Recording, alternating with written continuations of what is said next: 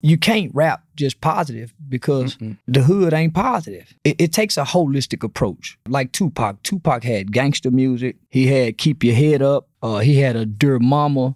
He had a song talking about if there's a heaven for a G. So he had all of these different elements that made him an artist. He said something that was so profound. He said, imagine getting up on stage and you rapping this stuff and you ain't never did none of this stuff. That's why they have to start doing it, because they ain't never done it. Yeah. And they don't know what else to rap about. The fact that I had the success that I have with the music, I never expected that, because like he said, it's hard to compete with what's going on. But one thing I had to learn was I am who I am. So I know what I do. I know what my life is. How am I going to write about stuff that I didn't do? Especially for me, because what it do, it conflicts with your soul. But if you're saying something that comes from your heart, they going to feel it, you going to feel it, and it's a real connection.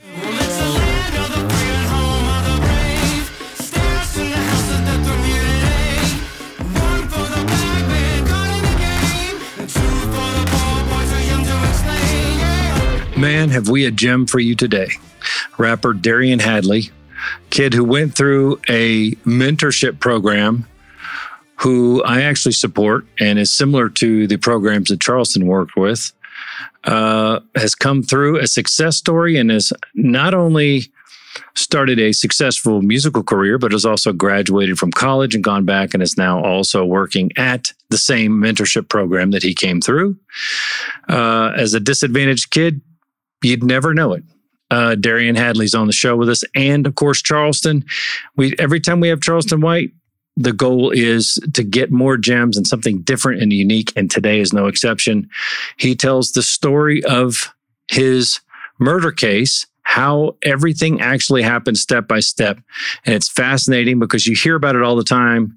Charleston's got a murder case, but we go through step by step how it happened, how it unfolded, what made him think certain ways, what other people were involved, what was his actual role in the murder, and it's fascinating. So we put all these cats together in the same room too and have a good powwow at the end. You're not going to want to miss a second. This is great stuff. So without further ado, please help me in welcoming Darian Hadley and Charleston White to the T-Cast.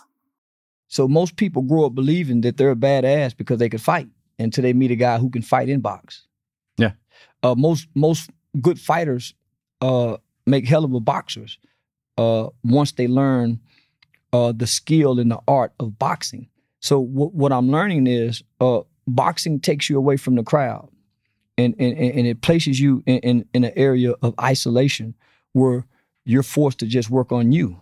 There's no teammates to help you, to lean on, pat you on the butt, keep going, teammate. Yeah. So in the process of that, that training ultimately builds character.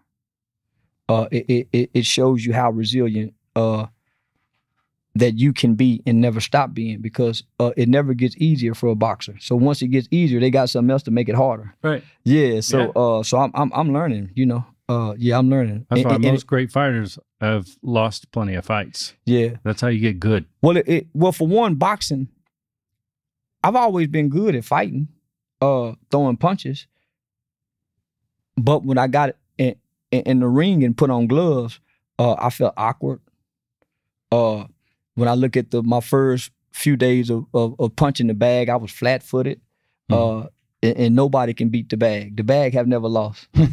Yeah, so everybody think you can go in there and punch the bag and beat the bag. Even just shadow boxing and doing the footwork, jumping jacks. So ultimately, it started changing my thought process. It's changing how I'm eating.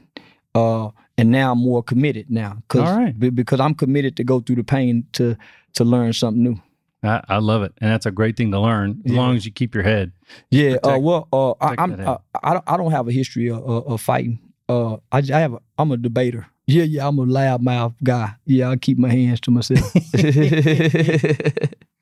Yeah, they got people to take care of that. You got other more important things to do than take on somebody that wants to tackle you for something you said. But I'm training for a celebrity boxing match, so they offered me a nice 6 figures to fight Lil Boosie.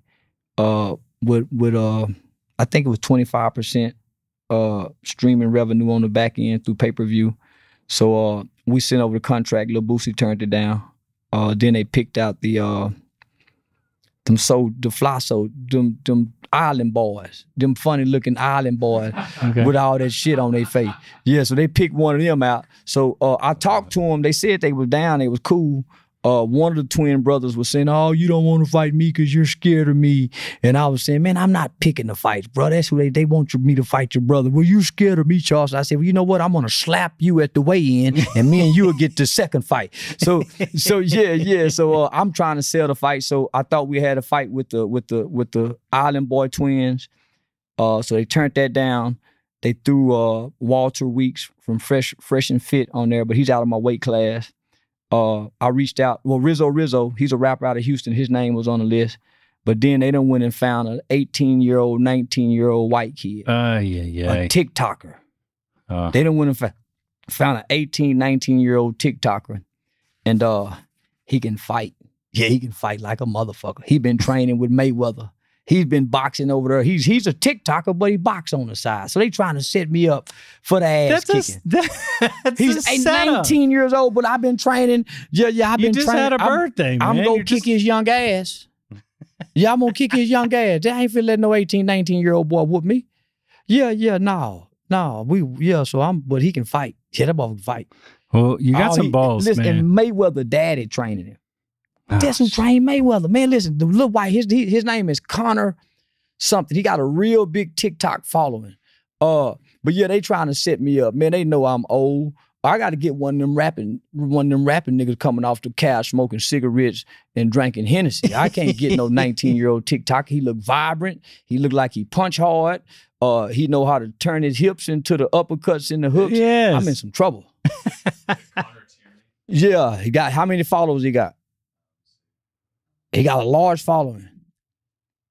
I might pull out this fight because I don't want to lose. I don't want my first fight to be a sham. I need a bomb. Yeah, put a bomb. Yeah, well, they need to set up something that's comparable, man. And a rapper would be perfect. Man, this kid is 19 years old with 2 eyes. They want him to kick my ass. I already know that. That's what it is.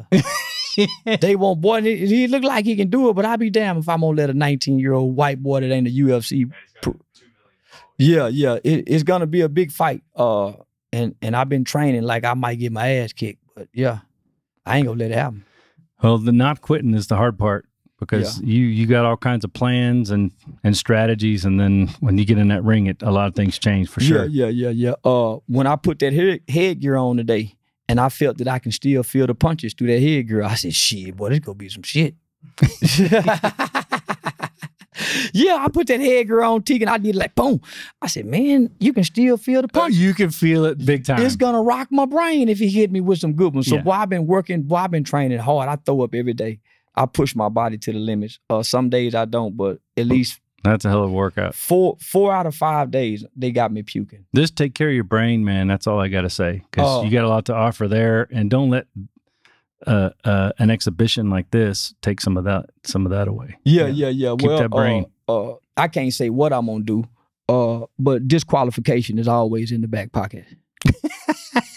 Yeah. Disqualification for a viral moment, another Mike Tyson Holyfield ear bite off. It's always in the back pocket. Yeah, it's gonna make for great views, and the fight will stop immediately. Yeah. Of course it will. That's just, that's just my high joke if I, Of course. So I have a couple, this is going to be a random one. So I'll try to keep this on task, but some of my questions are going to jump. And then some of my questions, when we have our guest on, I would like to present those questions with some of his input. And he answer all of them. He can answer all of them. Well, I want to put some input, but I think this is a great idea to have the youth. I think there should be a platform monthly where the youth are griping and complaining about the world to adults. Yeah, telling us about our dirty secrets. I learned something yesterday talking to a guy by the name of Trent, Reginald Trent. He said there's 3 components to a person. You got their public life, you got their private life, and you got their secret life. Most people want to highlight their public life and keep their private life very private because they're not the same in their public life as they are in a private life. And we all have a secret life that most of us don't want people to know about. Of course. Yeah. But that's normal. That's okay. Normal. But the kids don't know that. The kids think we are what we want to be to them, and they see our flaws, right? Yeah. They catch us in our lies, and we never acknowledge it. We never say, no, your dad was a fuck up at one point in time, son. Your dad made horrible decisions. Your mom was a whore. We used to run train. Well, but somebody has to know the truth, right? Because what ends up happening is when kids don't have answers, they internalize what they can't answer, or they create their own answers. Yeah, and they're not usually correct. And that's usually delusion. Yeah. That's fascinating. Well, the two questions I wanted to definitely get to were left over from the last time we chatted, and so in particular, and I, as many times as we've talked, and as many times as you've talked in public about this stuff, we've never gotten into specifics in terms of the details of your charge as a kid, and perhaps how it happened. And then now that you've grown and figured it out and moved so far past it, perhaps why it happened, and maybe even some of the way the laws are set up now, were they advantageous for you, or could they have been better served when you did your time? We was fortunate. We was very fortunate to have been here in Texas because of our governor. And Richards was our governor at the time. And most people know that Ann Richards battled with alcoholism and drug addiction, and she overcame it. So this is the trend of America seeing crack coming to the forefront of our societies. So now, on top of that, America is now starting to see children commit violent crimes that they hadn't seen outside of isolated cities like L.A., Philly, Chicago, Detroit, New York, Detroit. Yeah. It was typical in those worlds, but the rest of America was innocent to children committing violent crimes. So I was fortunate enough to land in a group of children in America where we became the first children in America who were considered the super predators. So I'm the super predator generation. When Joe Biden and Hillary Clinton went before Congress and they said that there's a wave of children that was born in this country, and that they basically said that we were super predators. This was the terminology that they used, and the traits and the characteristics of a child super predator was that they said we was bigger. Look at LeBron James, look at Kevin Garnett. So you look at all these guys coming out of high school during that time, going into the NBA. The world had never saw a kid that big before. So they said we was going to be bigger, faster, stronger criminals, and that we was heartless, and that we was gonna be that we was incorrigible. That's why you saw so many children get receiving stiff and harsh punishments in this country, and that was a tide in a wave. That was a sentiment that changed in America. Tough on juvenile crime. So here's Ann Richards. I went into a system. It was more like a boarding school. It wasn't a prison. It was a juvenile system. Right. We didn't call the staff members. We didn't call them juvenile correction officers. Their titles was house parents. So whenever you give a job title to a person, you also create a mindset as well. That comes with their hidden ideologies and prejudice that you can't pick during the interview or whatever assessment test that you give them. So I went into a system in America in 1991 at the age of 14 years old, when America still believed that they could change children's lives. From the school teachers to the juvenile probation officers, the courts, the court clerk, the juvenile cafeteria ladies, everybody still believed that they could make a difference in a child's life. No matter what our crimes said on paper, no matter how many gang signs we was throwing up, no matter how many acts of violence that we were still committing in the juvenile facilities, these people came to work every day believing that they could make a difference. It wasn't about no paycheck because they wasn't making a lot of money. Right. So did they? Was your life actually impacted during that period of time? I still talk to Mr. Davis to this day, and I would love to get him on this show. He worked in the juvenile system coming out of the military in the 1970s, and he retired in the late 2000s. So over 40 years of seeing all the young killers and transferring them to prison. He's a wealth of knowledge, and he didn't play. We all respected him. The staff respected him. Accountability. Yeah, and that's what he taught. So it wasn't, and so what I learned from going through our juvenile system, and we had some of the most world-renowned programs. We had some of the world's best psychiatrists. So Sports Illustrated spent 6 months at the facility. People would travel from all over the country because at the time, Texas had the premier juvenile justice system by way of getting state home and school, their capital offender program. So at that time, the program that we had at Giddings centered around not just rehabilitation, resocialization.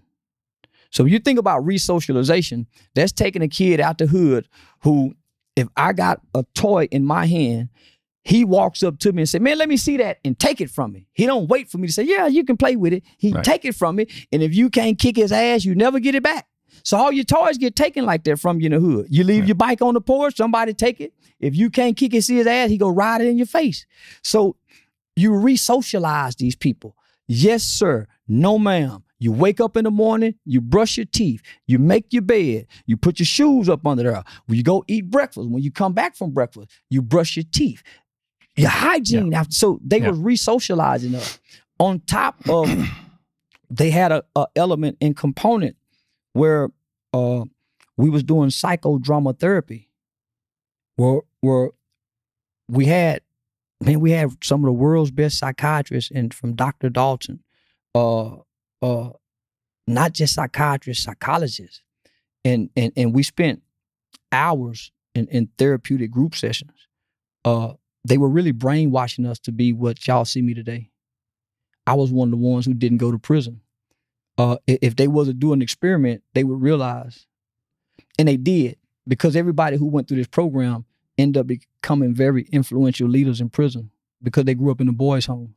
We're like Avengers because what they was teaching us, understanding thinking errors, separating your thoughts from your feelings. Not only that, we had to do what we call the life story. So they would give you a packet and you would fill out all these questions from your earliest memory in life up until the point where you committed a crime where you killed somebody. So you would work on that for a whole week doing your life story. And so you're sitting in a group and other people, so they got your file. So the guys that's been molested, they can't go in there and say I ain't never been molested because they want to talk about this childhood trauma and pain. Right. The kid that's been hungry all his life in school, we're going to talk about that in that group. And what was so ironic about it, most of us was gang enemies. But when we got in that group, I watched them niggas cry together, homie. We got all kinds of stuff in common in that scenario. And so what ended up happening is that group never had enemies anymore amongst the group because they bonded. So that's just one, that may be 3 days of you spending 2 to 4 hours spilling your life story, and they not gonna let you lie. Yeah. You ain't fit to paint a pretty picture of your mama and you got this file. The private life story. Yeah. To say. Yeah. Yeah. Right. So there's a place for it. It's not on the internet, but it's in that group set. And it's a private group and nothing leaves outside of this group. Yeah. So I know guys today, man, I sat in the group, I seen some of them, we thought we was hardened killers as kids. We thought we was hard, man. We couldn't wait to go to prison. But man, we got in that group and everybody became kids again because they childhood pain. They connecting to the pain. So so the deepest part of that was the reenactment of your life story. That's where you saw, man, we're too young and we're too innocent. As angry as we are, the anger is just a smokescreen to the pain because we don't know how to articulate the pain. We can act it by way of anger, but if you sit us down, tears will come out of our eyes. That's all we know. Yeah. Because we was told, shut up, get your ass back in that room. You couldn't ask grown folks no questions. You couldn't say, Yeah, you lying. You get hit in the mouth. You call a grown person lying, and they lying. Yeah. I was a kid that's go get hit in the mouth because I'm gonna say, y'all, they lying, mama. They lying. So I think there's a lot of adults in that situation too that haven't dealt with trauma from early on. Most adults our age. Most guys are assholes in relationships because of childhood issues. Most fathers are distant with their love because of childhood issues. Most men have a problem and struggle with failing to be committed because what we was taught from childhood, and just the whole concept of manhood, it's been distorted to us. Yeah, we was taught that men don't cry. Yeah, that was cultural though too. I mean, I don't think I even cried beyond being a kid. I didn't cry again until I was like 35 years old. But you cry on the inside. Oh, I cry on the inside, but it was a different attitude. Once you figure out it's okay, then you can't stop doing. I mean, Yeah. Once I got this close to death, I think it changed my perspective on life, and I'll let myself be emotional. I all the never time. seen my mother cry until my Aunt B died, her baby sister. My mother was like Superman to me. Yeah, I never seen but that's cultural. See, I mean, because she does, but she Yeah. wasn't doing it in front of you because again, it was a cultural thing. Yeah, I've never seen a man cry. That's crazy. Yeah, growing up, I never seen a man cry. And imagine how impactful that would be, though. At you being who you were, and then actually seeing your uncle or somebody that you looked up to, somebody that had maybe been hard. You had the uncle that would just let it out. I started seeing the boys in the boys' home in the groups take it serious, because initially you start out trying to play tough. Like you kind of had a perfect life. You don't want nobody talking down on your mother. So I watched many guys who I thought, you got to remember, I went in there at 14 years old. I'm a small guy now. So I looked like I was about 10. So the ages were from 12 to 21. Man, the 18 and 19 and 20-year-olds looked like NFL players to me. Yeah. And they was big. But to get in these groups and see in the public eye, when we all out away from the staff, outside, they gangster, but to go in that group, and it's only 16 of us in here, and the other guys don't know none of these stories that's going on, and you better not betray nobody. I saw guys be different. And so that's real. Yeah. Like not just different, but real. Yeah. Right? That's true expression. Yeah, I had a close friend, man. Man, he had to spend days opening up, talking about how his uncle molested him and his sister. And he used to have to watch his sister. God. Man, we used to cry. We used to spend 4 to 6 hours in those groups. It used to be so draining. We all would it would drain you.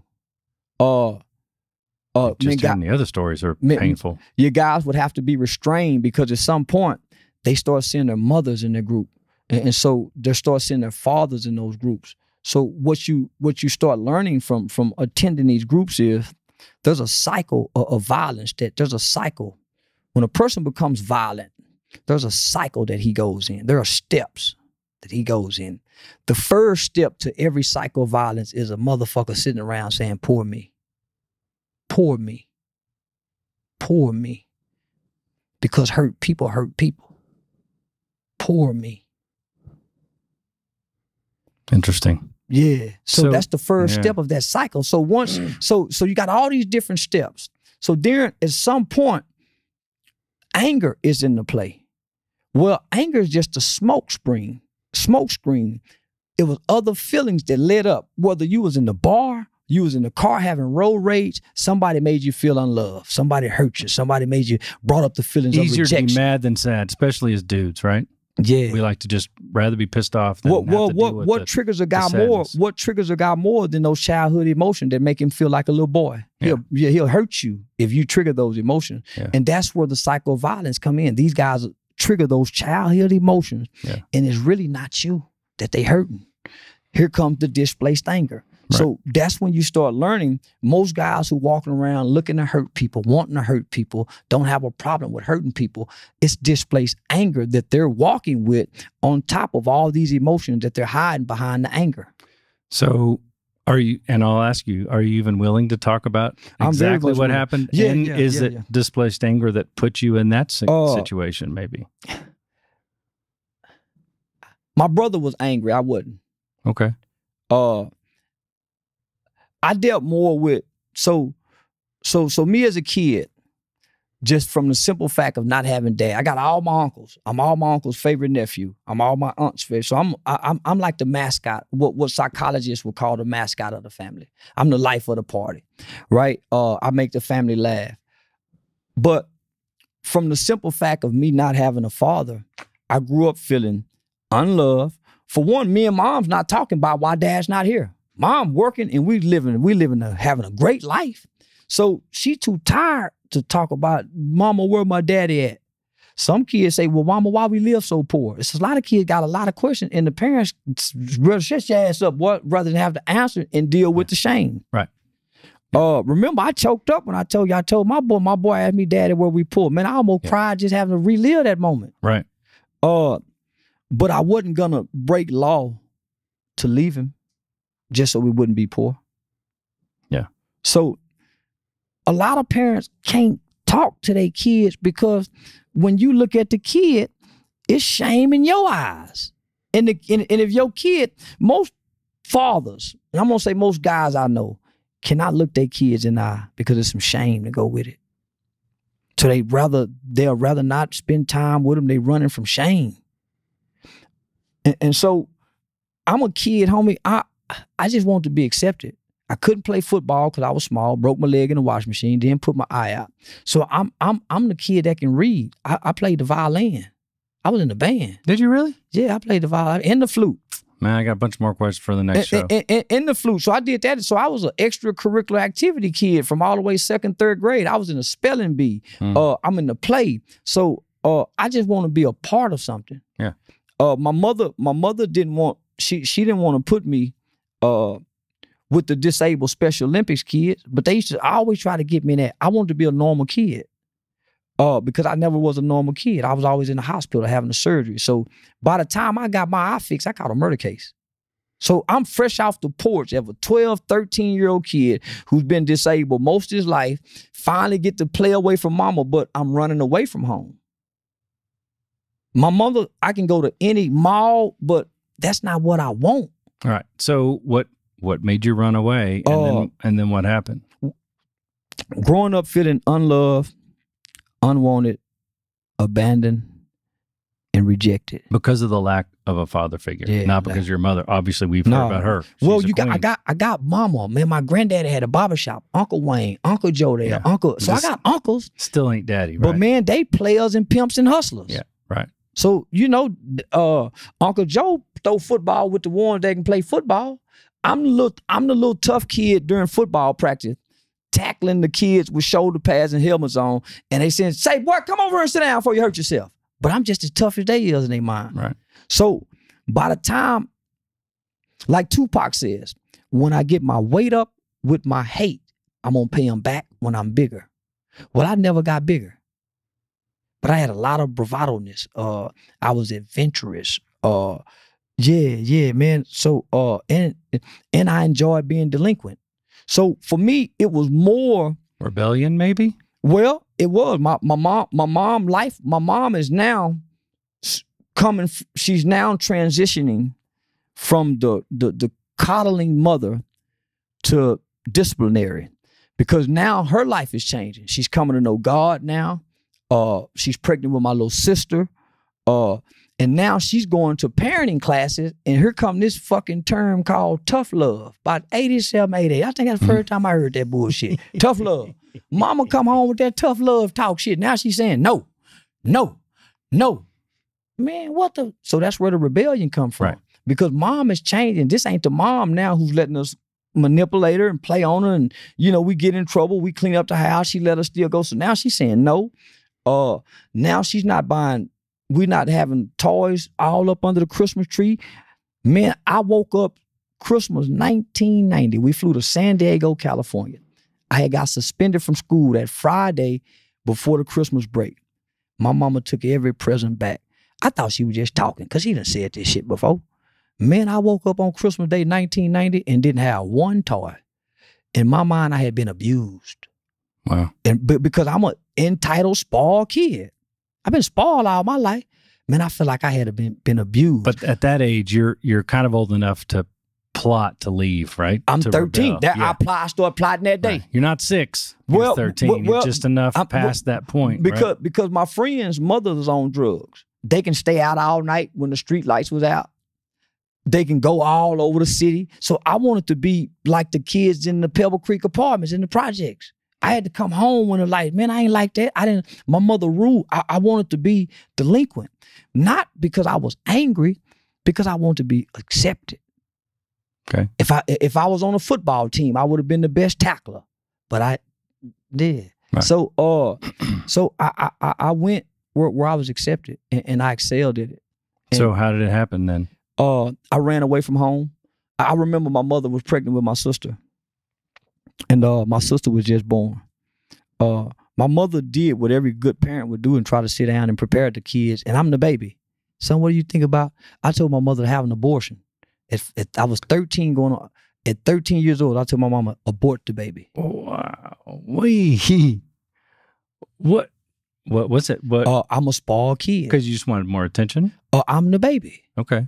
Man, this baby. You were about to not be the baby anymore. I'm already dealing with rejection. Yeah. Feeling unloved, feeling unwanted, and feeling abandoned by father not being there. Yeah. Mama already working. I'm the baby. Man, I'm my mama's baby.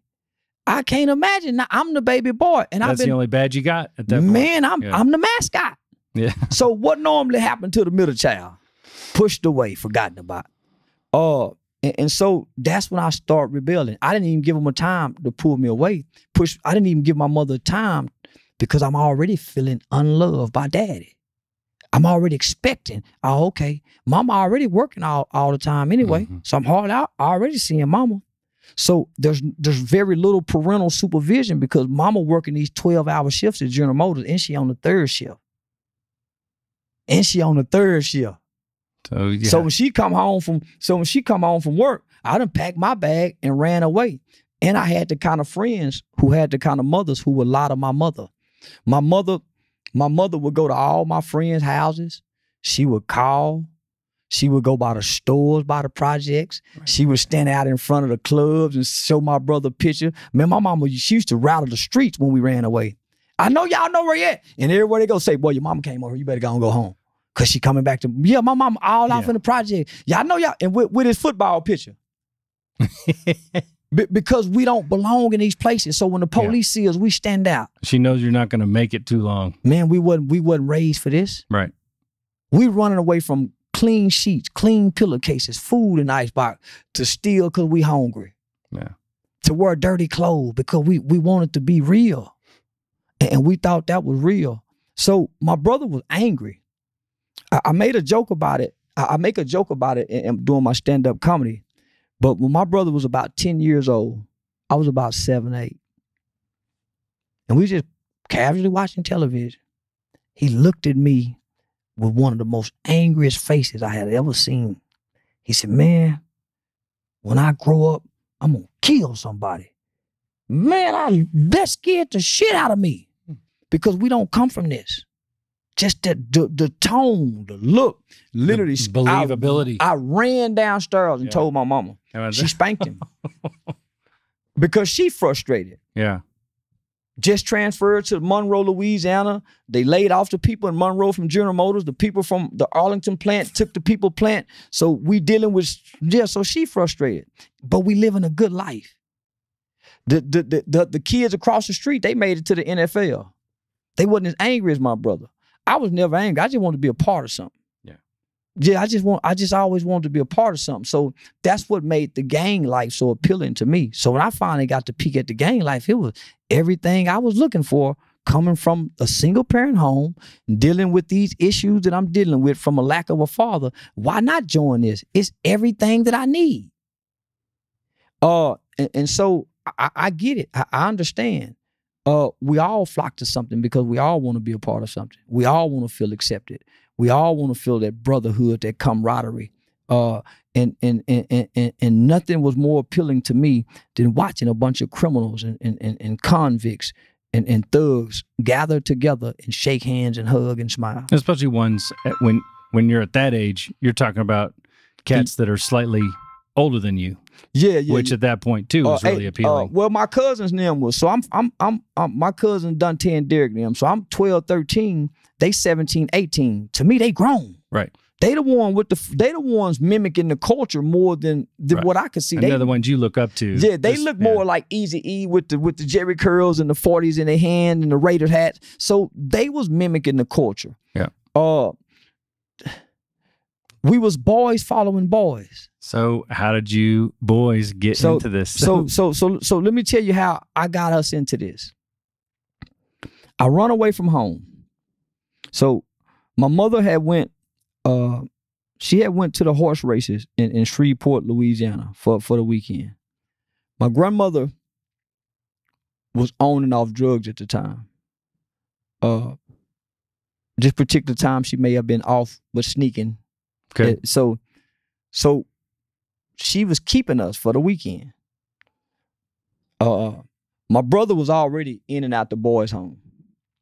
So I sneak mom car out. I steal mom car out while grandma asleep one night.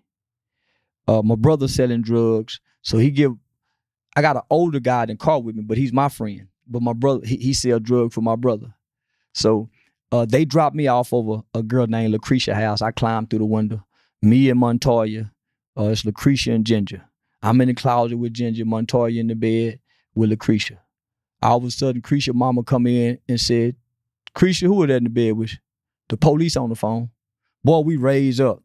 Well, my buddy is behind the men yards off Collins in Arkansas. Whatever he was doing, it got Arlington Police Department's attention, and he had some crack on him, trying to sell crack or trick or something with a dope fiend.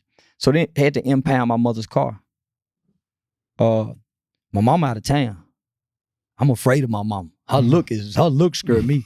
So at this time, so that's why I would run away, so I wouldn't have to deal with mama. So boy, mama get back in town.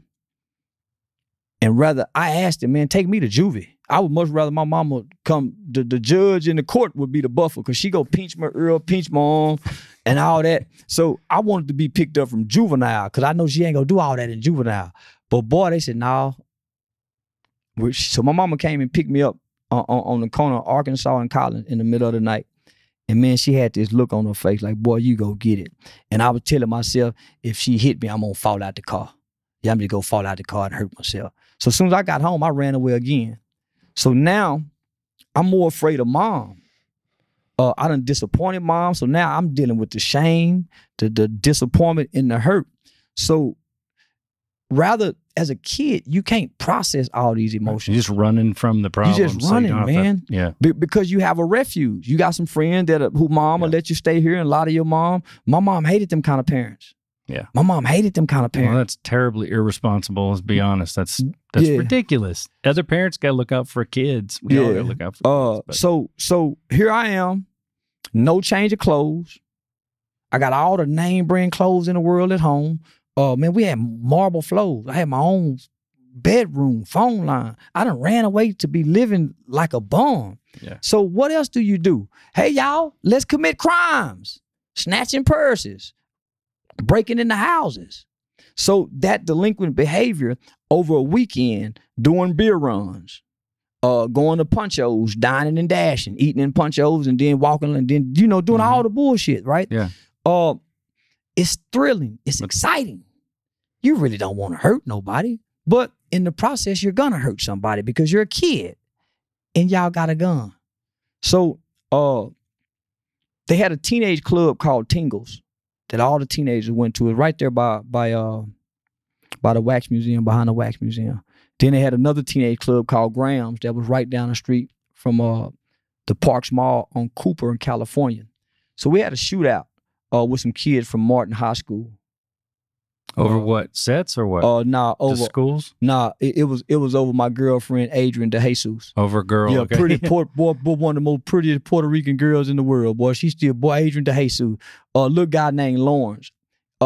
He liked her, I liked her.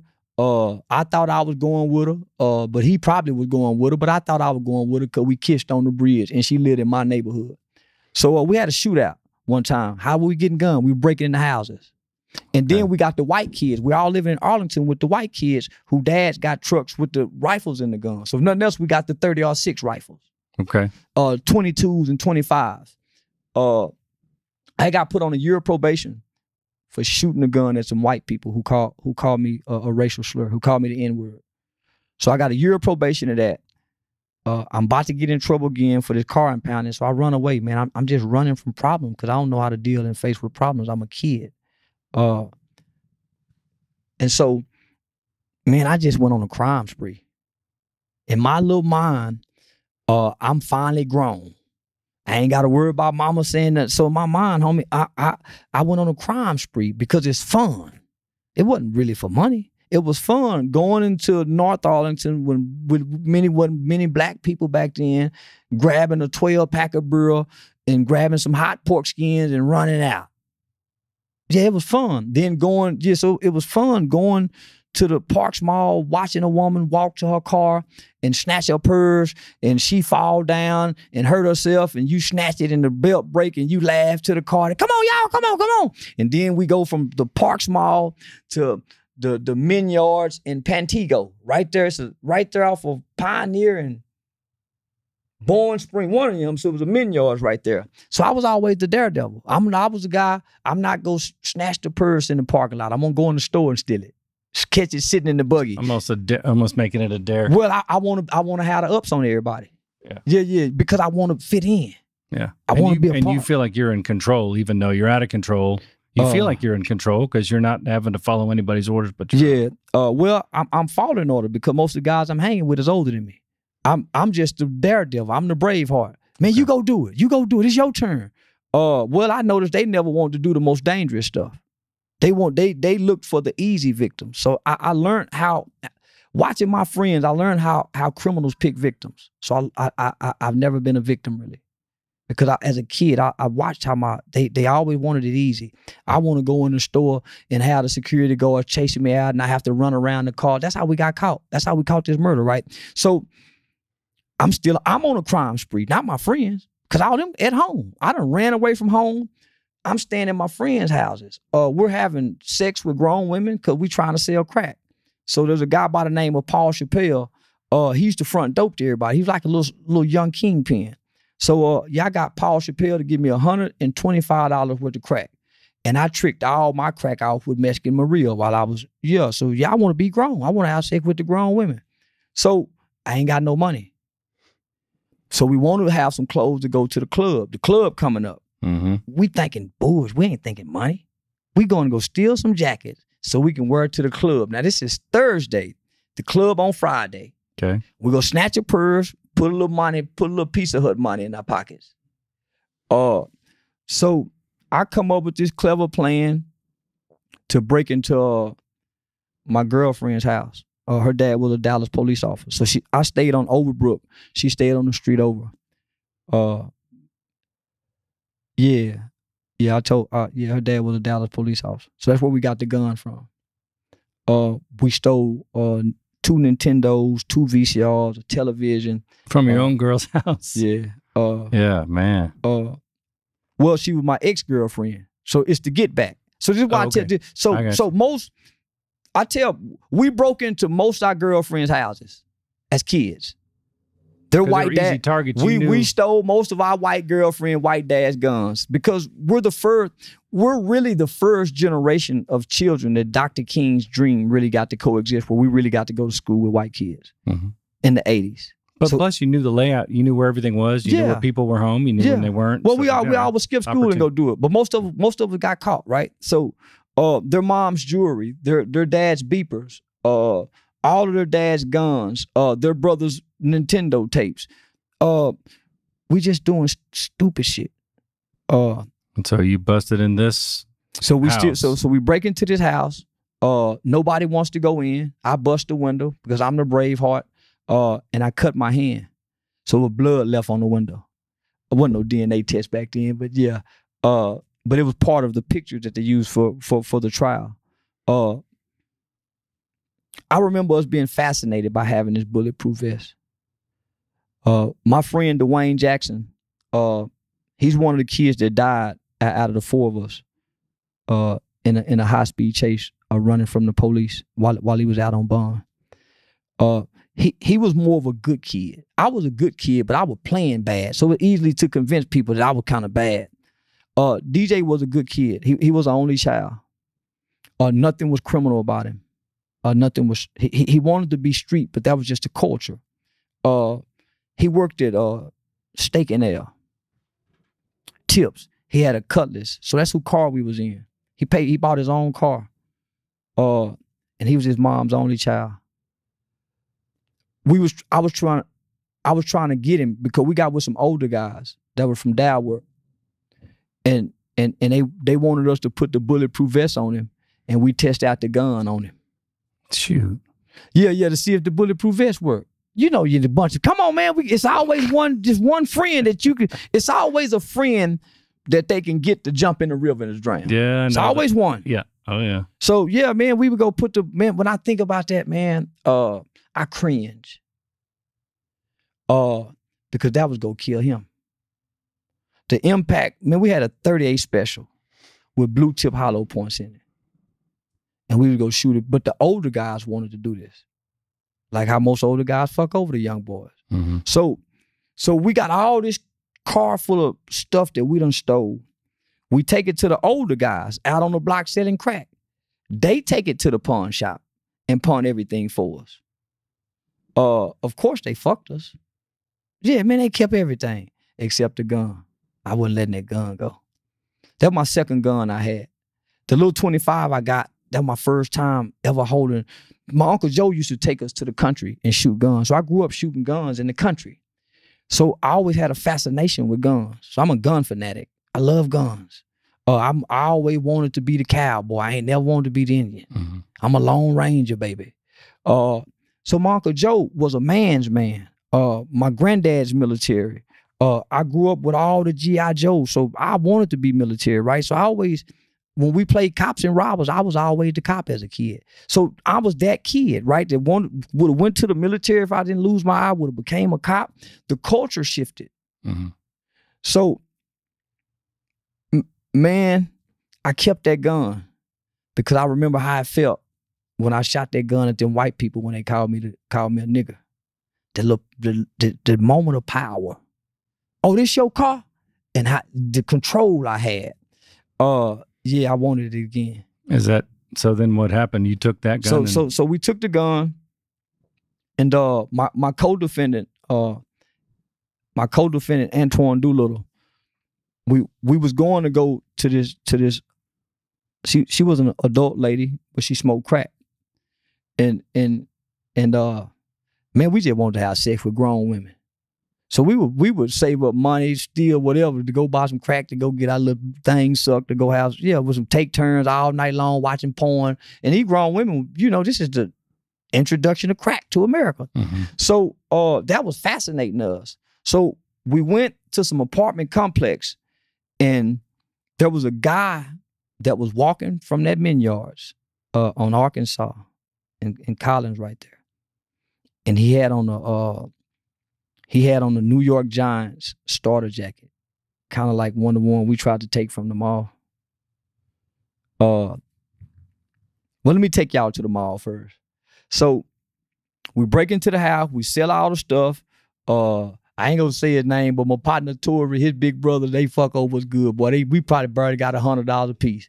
But so that's really why we were stealing. If they would have played fair with it, we would have went and bought some jackets. Because at that time, starter jackets were like a Gucci belt. Oh, yeah. Man, I know some kids right now serving 4, 5, 6 years for robbing for a Gucci belt.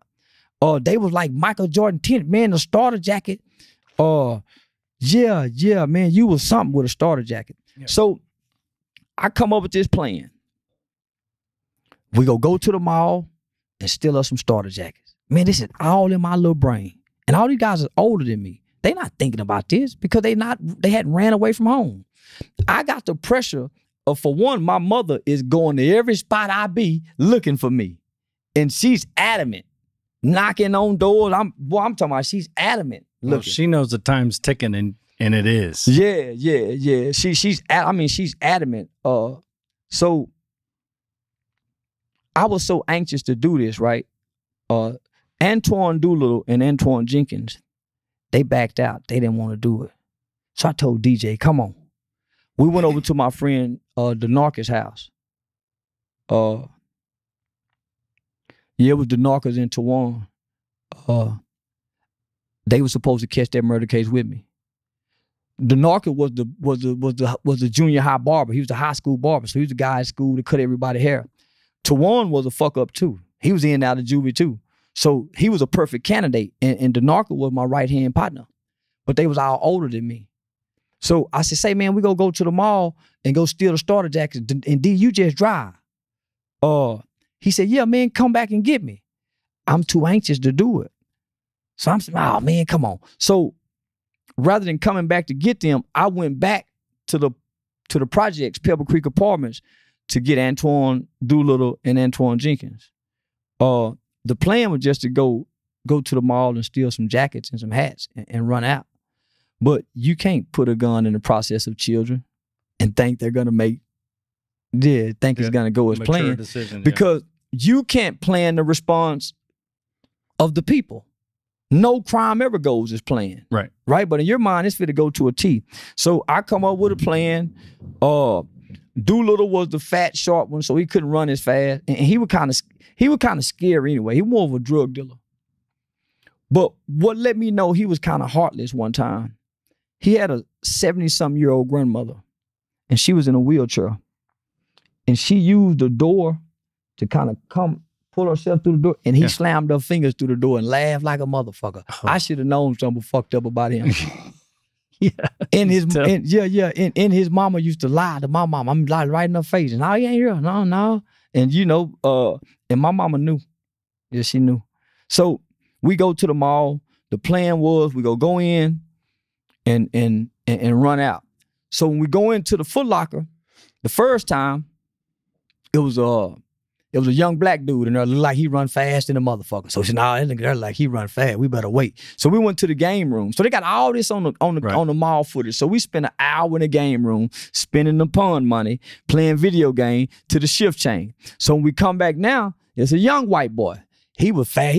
Boy, motherfucker so fast, you hear me? Yeah, we should have did it with the black dude. We probably wouldn't have had to kill nobody. But the white boy Foot Locker, we thought we had the ups on him, right?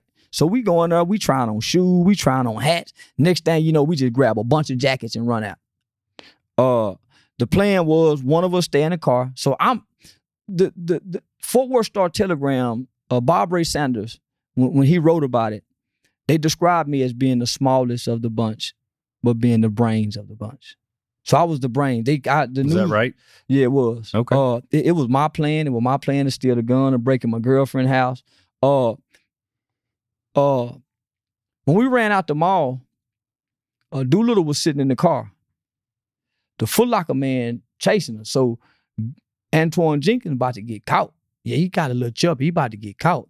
He dropped a hat or a jacket and ran around the car to get it. At this time, our victim, which is a guy by the name of Michael Levy, his car was having car trouble in the parking lot. This was at the Forum 303 Mall. It was probably like 2 o'clock in the afternoon, broad daylight. The mall was plenty of people. Tony Dorsett had a club right there. So Tony Dorsett and them was at the club. So this happened in broad daylight in the mall parking lot. When we ran out and got in, I'm holding on. It's my gun. So I'm holding on. I got the gun right here. So I'm behind the passenger seat. Doolittle in the front seat. Big Torn got in the back seat with me, and DJ in the front seat. So I don't know what happened. It was starting to rain like this. Somehow he put the car in neutral. So he was trying to go in reverse. You know, he's panicking. Yeah, you know that. He got to go up. Yeah, he panicking. So as he's trying to crank the car up, our victim, Michael Levy, he came out of nowhere and dove on top of the car and started hitting the windshield. He had a tool. Hood? He was on the hood, on top of the hood, hitting the windshield. And he was shattering the glass. So Doolittle's in the front seat with the glass kind of shattering. It's not busting, but it's shattering. And he's playing like he don't know what we went in there to do. Man, what y'all done, sir? I don't know. What man, what's going on, man? What y'all done? I'm saying, shoot the motherfucker. Shoot him. So I'm encouraging it. I got the gun back here. I'm saying, man, shoot that motherfucker. Man, shoot him. So he's turned around this way to prevent the glass from hitting him. Man, what y'all did, man, sir? I don't know what.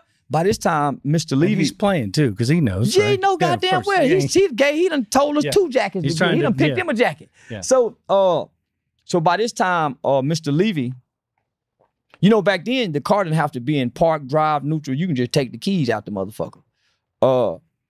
He took the keys out. He reached in from around. I don't know how he did it, man, but he never got off the hood. Really? And he was a small guy. He was a small frame guy. We could have jumped on him and let him live. But we don't know, man. We hurt people. And we got a 357. We got a 38 special that looked like a 357 Magnum or a 410 with blue tip hollow points, and it's a police weapon. It's a police weapon. Yeah. So when he reached inside the car to take the keys out,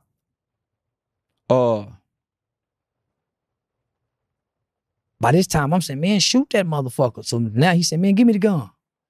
So I was the first one to get out the car. And I remember telling him to give us back the keys. He said, if y'all want the keys back, y'all got to wait for the police. So at this time, we're all getting out the car as he's saying this to me. So DJ is standing right here next to me. Passenger side. Yeah, Big Twan never got out. At this time, Big Twan never got out. We done threw all the jackets and the hat out. So as he's at this point, me, you threw all this stuff out and you want to just leave. Yeah, well, in my mind, I want them jackets. Yeah. Yeah, no, we ain't leaving without them jackets. Okay. But we left without them jackets. We left with a life. Yeah, we didn't take one jacket. We took a life. So you end up, was it you? So when I get him the gun, I'm in the back seat. He's on the hood getting off so when he reach in, he cut the car off. Antoine don't get out immediately. I get out immediately. Yeah, I'm a little hot. Man, give us back the key. He said, if y'all want the keys, you have to wait for the police. And he's holding them like this. So at this point, Antoine gets out and walks from around the driver's seat. Winner two-door Cutlass Supreme. He walks around here to me. The Foot Locker guy standing right here because he chased us out, remember? Levy don't see the gun at first. The Foot Locker guy do. He take off running. He was like, hell no, I'm out of here. Smart guy. Yeah, he take off running. I tell Levy to give us the keys again. And he throw him to DJ. And when he throw him to DJ, I turn around and get in. Come in, shoot that motherfucker. Pow! One shot. Antoine never admit to trying to shoot him in the chest, but because of the impact, boom. They thought we shot him in the back. Yeah, they thought we shot him in the back. Yeah, we thought it was funny. I stood over him. I always wanted to see what it looked like for somebody to die. I remember my friend killed somebody. He killed a drug addict one time, but I was too afraid to go in the house and look. My other partner went in there and touched the brains. I knew he was fucked up. Yeah, I knew he was fucked up. Yeah, he went in there and touched the brains. All my friends ended up killing somebody because we thought, man, we thought that's what you do. Was we heartless? No. Did we have any emotions for the people? Not at the time. You have to learn empathy. Yeah. If I got an abscessed tooth and it hurts so bad that I can't eat, I can't talk, I can't sleep, I can't care about what's hurting you. This pain won't let me. I don't care how much I can see you. My pain will not allow me to have no compassion. We talked about that last time. You gotta take care of yourself before you start reaching out and trying to help other people too, or else that's not going to be effective. So, man, to this day, and I never talk about this. I make it seem like I killed somebody and I killed the white man. I ain't never killed nobody, but I talk as if I did because I played a great part in being responsible for taking somebody's life. For sure, and you took responsibility for it. You notice I just say my victim. I say his name. Yeah, I make it my business to say his name. I appreciate you sharing that. I mean, that's a tough thing. I don't never talk about it. I know you don't, and that's why I was really curious if there was a reason why. Yeah. Or if there was some particular step, especially in lieu of the guests we have here today, and ways that we can tie this story into things. Because I tell the young niggas all the time, homie, you ain't ready to kill nobody. You don't want to see that face forever. You don't want to wrestle with those demons, those dreams and nightmares. It's a long road, man, when you done took a life. Your life is gonna be a long road if you think you're gonna live in peace. So you have to find something that places you on the path to redemption where you can redeem. Because yeah, you pay your debt to society, but you forever owe a debt to the life you take. Yeah. So I understood that leaving from the boys' home. That's when I knew I had empathy. But the day we killed that man, I didn't have no empathy. The day we killed Michael Levy, I stood over and looked, and I always wanted to see, do white people look like the black people do in the movies? Do they look afraid? And he did. Yeah, he looked afraid. So I vividly remember that. It's so disconnected in terms of what you're doing and everything else, right? You're acting out a character that's not in your character, and then you're playing it all the way through. And plus, I had my uncles trying to make me hateful. Hate white people. My mother saying, son, well, God has no respect. My mother's not hateful. My uncles, them, the white man, you go across the railroad tracks and break into houses and steal. You snatch a white woman's purse. So they instilling this shit in me. Yeah. Intentionally or unintentionally. But through observation and sometime indirect teachings, I was taught it. Go across the railroad tracks. You go to the airport. You don't break in. So it was always get the other race. Interesting. Then it was get the gang. Then the gangs came and shifted that. My relief came when I met my victim's family. When they came to my court. You have met them. Yeah, I met them. So I got to sit and watch them watch me say to me, "We forgive you." Wow.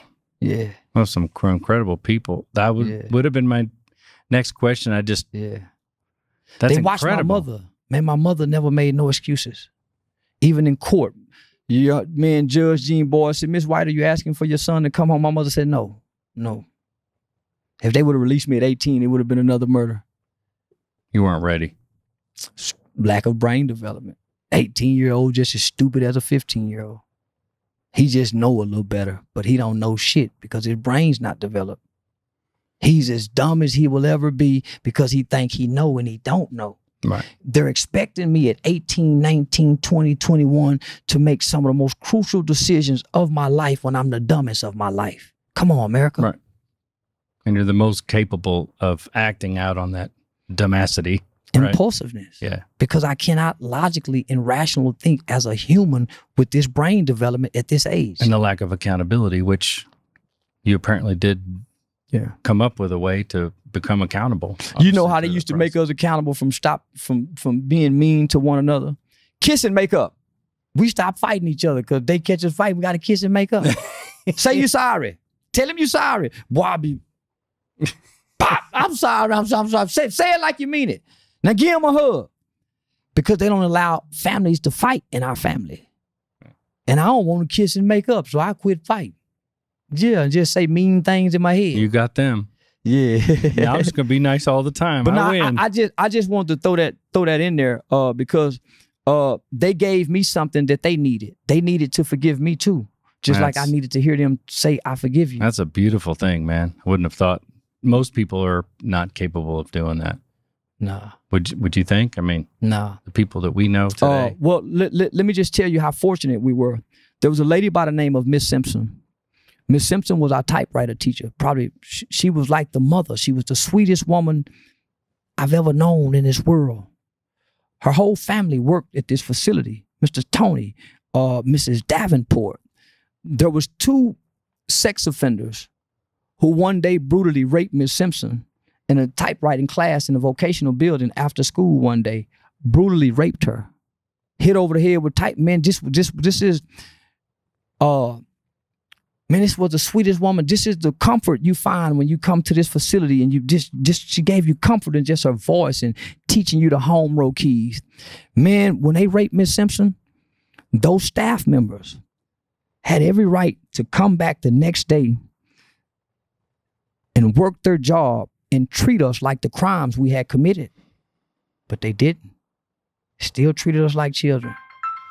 Even after Miss Simpson got her brother and sister work, man. And what ended up happening is that the state said she was at fault for her rape, and it never made it right. Huh? Because she allowed those kids to be a helper, and they were sex offenders. The state, I've never forgotten that woman. So the impact of these people, homie, they had every right to come back, and many of the people there had killed their mothers and their fathers. There were kids there who had raped 6-month-old babies. It was kids there that had killed 3-month-old. We had some of the worst crimes in the history of this state. 1990, 91, 92, 93. Miss Simpson got raped in 93. They tied up Father Pete, the Catholic priest, hog-tied him and drove his car through the gate. George Anderson snuck a gun in there through the back of but these people never treated us like the crimes we had committed. They still treated us like children, and they still believed that they could make a difference. You think it was because lives. Those sweeter people are better victim candidates? Like no, I think they're more trusting. I think this is a different America. I think there was a time when people became teachers and they really believed without this pay that I'm going to be a great teacher and I can really make a difference. There was a time when people really believed that. And that's why they became a teacher. That's why they really became. There was guys who became cops who really believed I'm going to make a difference in the world because I'm a cop. And they set out to do that. That's why you go do all that work and get underpaid and be okay. Come on now. It's some college professors that could go somewhere and write a book, but because they know what they're giving to this future. So those are the people that I come up under in America. Those people don't have the same belief anymore. Now we throw children away. Now we don't believe children can change. We start giving them juvenile life without parole in 94. We start sentencing kids at 15 to 75 years, where he have to go to prison and survive before he can even start to think of rehabilitation. Right. He never even sniffed adulthood yet. But he has to go in survival mode. Right. And what he does from 15 to 30 is going to affect his parole because he had to survive. Yeah. So I'm a product of America's juvenile system. I'm a product of America's higher learning and educational system. I'm a state baby. I was raised by the state. I'm institutionalized as far back as I can think. In school, I was injured as a child, so I had a private tutor. I remember seeing doctors and nurses. I didn't go to school. By the time I get out the body cast and get my eye fixed, I want to play gangster and catch a murder case. So in the 6th grade, that's when I got my eye put in. 7th grade, I got it redone. 8th grade, I'm feeling a little bit more confident now. Now I can fit in. I don't feel just, yeah. And now I catch a murder case. I was never gangster. I was never street. I had all the members only teddy bears. The bulldog looking with the jackets in the head. I had all that shit, man. I had the Nintendo Power Pad. Man, I told you I played the flute and the violin and was good at it. I act in plays. Yeah, man. So I was just acting like I'm doing now. Yeah. I never stopped acting because I wanted to fit in. I want to fit in on the internet. I don't want to be the positive guy. Yeah, the only positive guy with no, I want to fit in. Yeah. So I've been acting to fit in my public life. In my private life, I'm nothing like I am in my public life. Right. And I appreciate that about you, man. Yeah. I always appreciate your candor and your honesty, and I appreciate you telling that story. I didn't know if you'd get through it. I never go in details. Yeah. I talk like I don't have no remorse, but I never, because that's the vulnerable side of Charleston. I understand. That's the side that make me choke up. Because to stand over a man and watch him die, only to be given mercy from his loved ones and family. Remarkable. Yeah. We laughed at him when he was dying. Ah, man, look, I said, we shot that motherfucker. I took ownership for killing him immediately before we was ever arrested. Because I wanted to be the one that said, I shot him. Man, God damn it, I wanted that murder. That was me in my head. Man, I was mad enough I can get the murder. But I thank God I didn't because I wasn't a killer. Mm-hmm. I didn't know what that was going to do to me. I know what it's done to all my friends who done killed. They ain't the same no more. They ain't the same no more. Yeah, that's a life changer, man. Well, based on what we was taught, you kill somebody, homie, you going to hell. So imagine as a kid wrestling with your spiritual beliefs, never really wanting to embrace God because you think you're going to go to hell for taking a life. Imagine it. So I tried all of the religions, running from what I thought a real God was. Yeah. I became Muslim, then I went to atheist, then I went to Satanist, then I went to the Crip God, then the Pimp God, then the Game God, everything but God. Right. Because you're still running. Yeah, until you know your own truth. Yeah. Until you know your own truth, man, well, maybe God sacrificed his life to save my life so I can save other lives. Because the Fort Worth Star-Telegram read the day after his death, hero dies thwarting teenage shoplifters. That's what the headline wrote. So he died a hero. Senator Joseph Lieberman once stood before Congress and said that fatherlessness and it crosses racial lines. Oh, and absolutely. that it is one of the greatest problems that's plaguing America today across all racial lines. I completely agree. There's definitely, we don't have to make this about a racial issue at all whatsoever, because it is a human problem, right? And it is perpetuated by, as soon as you get one fatherless family, it begat yet another fatherless family, because again, you start assuming that that's how things are done, or you change your mannerisms and the way that you deal with your family, and the level of accountability shifts, and so it's cyclical, right? And so that's really what we're trying to intercept here. Well, that's why I made that quote, because he said it's not a racial problem. This is an American problem at this point. Yes, because sir. when you look at all the data, the statistics, it all points to that lack of father not being in the home, whether that's from working or his lack of involvement at the football games or whatever. It's a key element that every child needs. Yeah. Both parents have a lot to contribute. It just happens that dudes are usually the primary absentee. Yeah. You know, and that's really destructive, particularly on men. I think that it's more impactful on men. Yeah, it is. But I mean, we got a guest here who's been through a program that I've supported ever since Fishbowl concluded. You know, all the book sales go to this organization. Mr. Darian Hadley, who's a talented musician and somebody who works at Hope Farm and has been through the Hope Farm program, is here with us today. Oh, and wow. I'm honored to have you here, my brother. Yeah. For sure. I appreciate you bringing me here. So whatever y'all have, I'm happy to answer me. Yeah. Well, first of all, tell me about the experience that got you into Hope Farm, and was your mother involved, or was it just you? And kind of tell me a little bit about that experience before. So it really started with my younger brother being in the program first. I was actually not supposed to be in the program because I was a little over the age. And usually you want to get kids at a younger age so you're able to instill the information that you want to instill into them. So they saw me and it was like, hey, he's a little older. We don't know if we want to bring him in.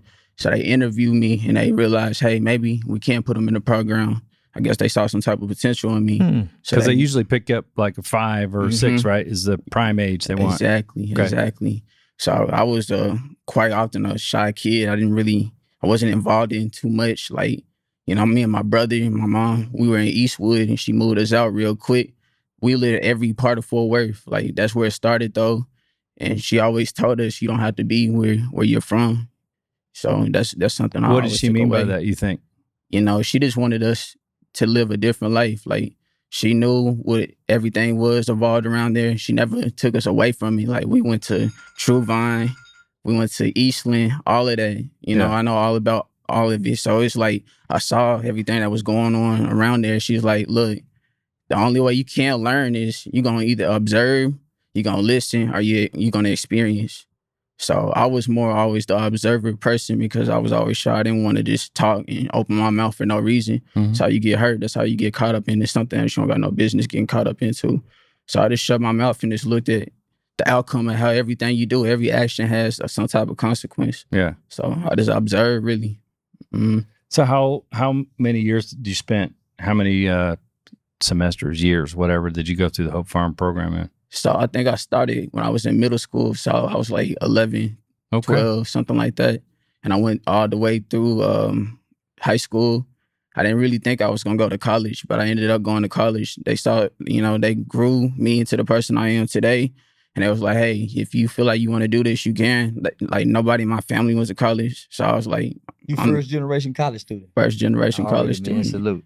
Yeah, so I was like, hey, I guess, I'm making a difference. So my brother, he's currently in college too. So we're going to be the first two to do it.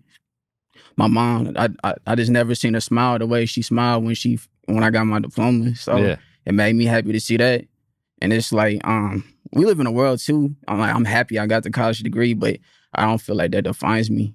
I'm happy I still went and got my college degree just so like my younger cousins, they'll be like, hey, I can do it too. My cousin Darian did it. So if they want to take that, in other words, you're saying this is kind of a launch point. It has nothing to do with I've hit a new finish line, because it's not a finish line. It's a starting line. I feel like college is really basically, hey, you can do anything you want to if you put your mind to it. That's the way I looked at it. Well, that's when most people realize they can't. So I wanted to say what college does, it separates those that can and those that can't. So I'm the one that couldn't. I'm 2 semesters away from a bachelor's degree. College is not for everybody, but I recommend everybody go to college, if for nothing else but the experience. But if you can complete it, that tells the world you can start what you finish. Yeah. You feel like you're going to finish yours? Or what's the plan with that? That's the hope that I keep telling myself. Yeah, that's the hope that I say, man, when I get old, don't get too old where you can't do it. So I keep telling myself, that's the hope that I tell myself, man, you got to go finish. You got to go finish. I feel like I done something wrong by not finishing. I feel it. But when I dropped out, hype started. So I started doing working with juvenile legislation. So I started doing with hype what I would have been doing as an attorney. I felt like I was doing more. But I think I owe it to myself, I owe it to my children, and I owe it to my mother to finish. Because I started it. You should. Yeah. You can get the picture, put it in a nice little picture frame, put it on the wall. For real. Everybody can't do it, brother. So I salute you. I appreciate that. Yeah. So how are you now are you leveraging that degree to do anything else? And did that have anything to do with you getting back and actually, because now you actually work at Home Farm, right? Yeah. So I work there right now. So, I already told them in the beginning, like, I want to come back here because, I graduated in COVID. So I didn't even get to finish my senior semester. I had to do it all online, virtually. So that was something. So I'm like, I'm here back and forth work already. So while I'm doing my classes, let me, work here and help out. Why not? They're the reason how I got to college in the first place. So I also saw they needed help with their content creation. So that's when I went to school for videography and, cinematography. So there go that word, content creation. They're starting to implement it in schools, trade schools, and everything now. It's gonna be up there with psychology and psychiatry and med school and all of that. Yeah. And Darian knows what he's doing there. He's got a camera in his hand. He's not just waving it around like I would. Yeah, I'm just trying to, capture those moments, really capture what's really going on in Hope Farm. Like these kids, what they're going through, because all of them have stories. Everybody has a story, and you can't choose your life. So, like, I want them. And another thing I realized being there, putting that camera in their face, like, with these kids nowadays, they like being in front of the camera, TikTok and all of that. Yeah, they embrace it. So when they see me pull out the camera, what do you think they want to do? They want to jump in front of it and show people who they are. That's awesome. And in a way that I use it as a behavior modification. Say, man, don't be doing all that cussing, man. Don't be doing that gang. So, and I noticed that they will clean it up just to stay on the camera. Exactly. Yeah. It's in a way, it's a way for them to listen. Because it's already hard enough for kids nowadays to want to listen, or even for them to get their attention. It's too much media. You got television, you got your cell phones, you got all these things that you can just look at. Why would I listen to somebody talking to me or telling me what to do? You know what I mean? So it's like he said, it's a way to get their attention and really maybe get them to learn something. Like what I try to do is like, you know, educational activities with them. Like I don't know if you saw, we do like Black History videos, or we'll do like fun fact videos.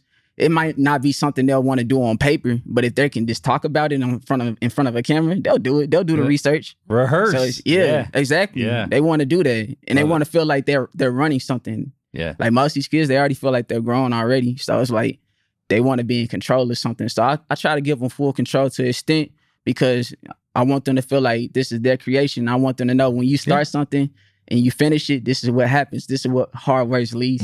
That's what it leads to. Love it. Yeah. So ain't nothing like hearing it and seeing it.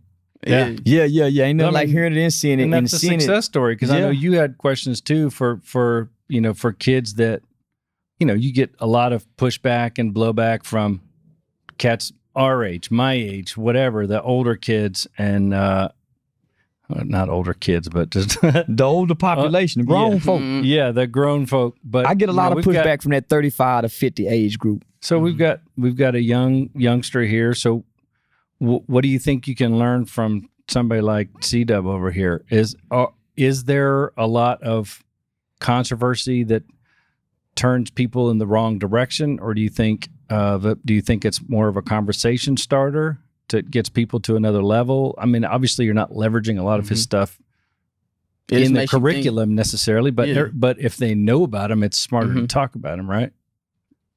I just feel like what he does, it makes you think about what's going on. It's a different perspective. Everybody has a perspective, and I respect everybody's perspective. Not everybody is going to agree. A lot of people is going to disagree. But at the same time, it's a perspective, and it's something that somebody thought about and put into the universe, just like anybody else would. Only difference is a lot of people are seeing it. And a lot of people might not like it, but hey, that's what it is. That's what the world is. And the more that see it, the more are going to dislike it, because you're just talking percentages. I mean, you know, if I got 10 followers and 3 of them hate me, I only got to listen to 3 complaints. But when you turn it into 3 million, then that turns that 3 into a whole lot of people. There's a lot of competition in the world. And there's a lot of people competing for a child's attention. There's a lot of people fighting to get the child's mind. It's a lot of people want their kid to look at this commercial and say, "Mom, I want that." So it's a lot that's directed at children. And we don't really know it, right? Because there was a time when we grew up, children were off limits for advertisements, right? You didn't market to children. Now everything is being marketed to a child. So when you look at a culture that propagates and promotes destruction and negativity on top of everything that's coming at the child, then how do you compete with that? How do you compete with the rapper that got $1 million worth of jewelry on, saying this school is overrated and you don't have to listen to your teacher because she told me I couldn't read, so you don't listen to her? So how do you compete with him? How do you compete with the drug dealer who this kid been seeing getting up every day in his neighborhood, driving all the foreign cars that he see on television, his working uncle, his working mom is not? How do you compete with this and say, no, you don't want to do that? How? So, man, I realized that's my competition. The football player who pants still sagging, that's in the club making it rain, and then it's a shooting afterwards. That's my competition. Yeah. The drug dealer, who everybody knows sell drugs on this street, and he do it for years, and the kids watch him live like a king and get treated like a king. That's my competition. So I realized my bow tie, my shirt tucked in, my cocksucker hat, my non-offensive language, my non-abrasive words, my lack of cuss words. I didn't have the ears of many children if they wasn't sitting in court with me. Now I got the whole country of children listening and watching. Oh, that's so. If it's offensive or if is it abrasive, they all still get this too. Right. come over here and watch this. Yeah. And that's why I have the appreciation, because really it's just about drawing the people that are just off put and change the channel are going to be somewhere else anyway. But I find with people that are off put by you, will be off put and say this is a bunch of bullshit, and then they'll go to the next channel and they'll watch you again, and then they'll complain again, and they'll watch you again and complain until they land on something like this. And my like slogan is the catching come before the hanging. So I came to the internet to do the catching. Motherfucker, I rape white women, I kill white men. Well, I ain't never done that. That's the catching. Man, who is this guy, man? And then when they start Googling, man, this guy work with kids. Look at his background. This guy don't have a background. Man, this guy's full of shit. So you're either turned off by it, but what I saw is it's just as captivating and mesmerizing as 50 Shades of Grey. Because I can play ignorant and then walk you back to intelligence, where most people get stuck on ignorance.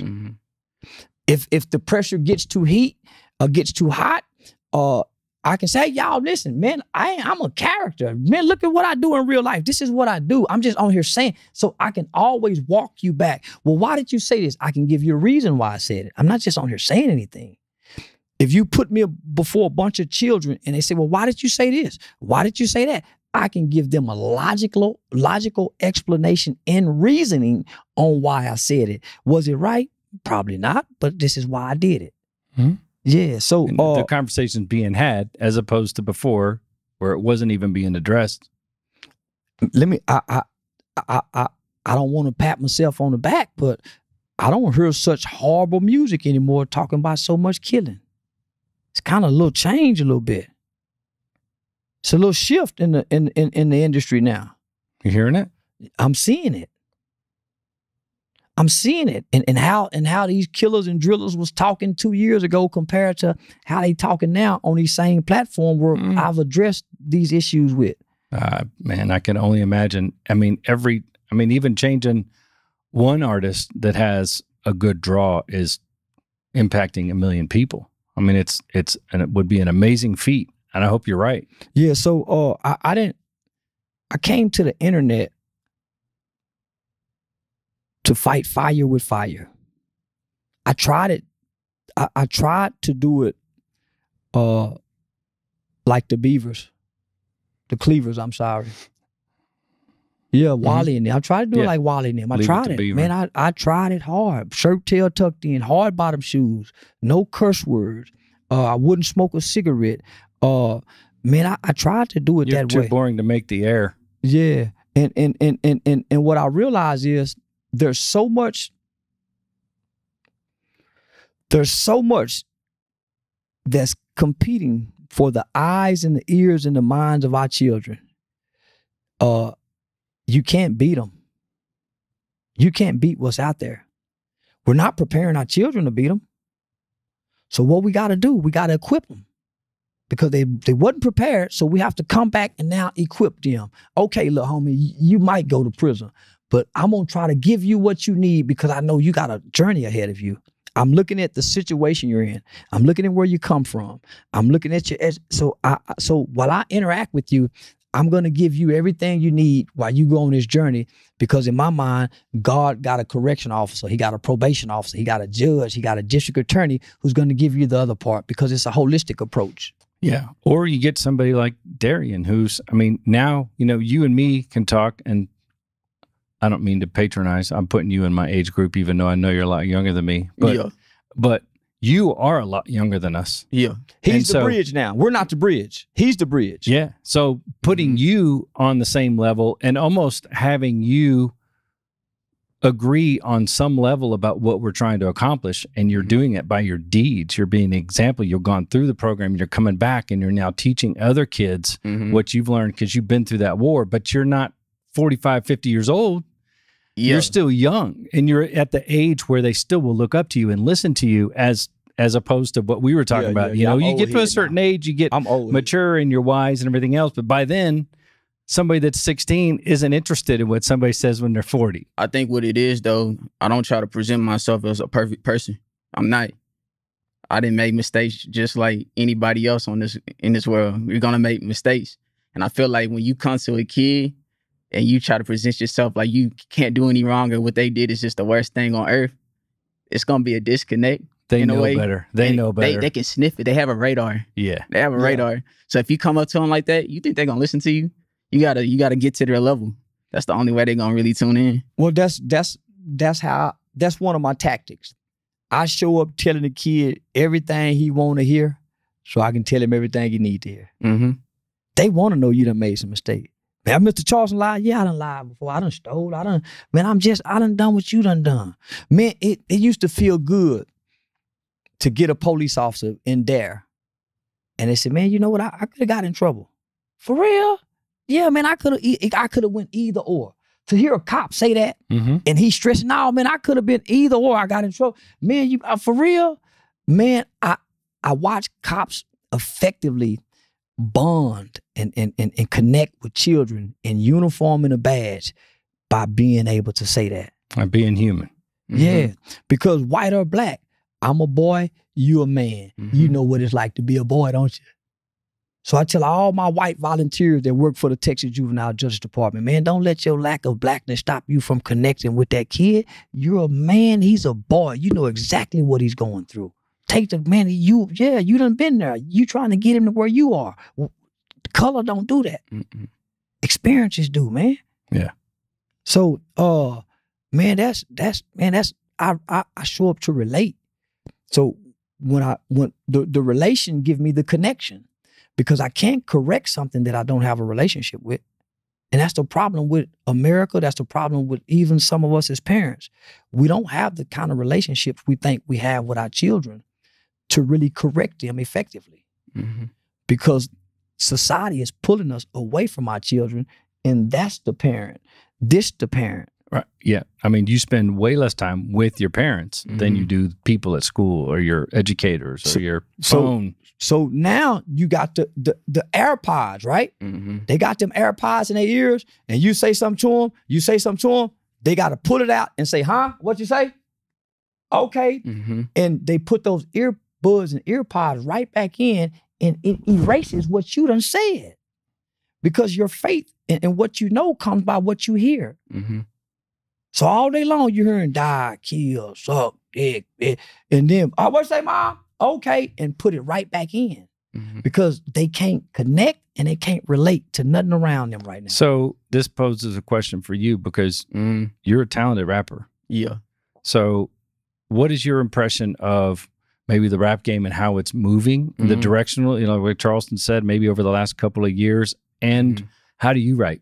I know we've collaborated on a couple of things where you've told stories. I appreciate that, but I've heard other stuff too that's not story, it's more something else. So yeah, how do you approach? Honestly, the fact that I had the success that I have with the music, I never expected that because, like he said, it's hard to compete with what's going on. But one thing I had to learn was I am who I am. So I know what I do. I know what my life is. How am I gonna write about stuff that I didn't do?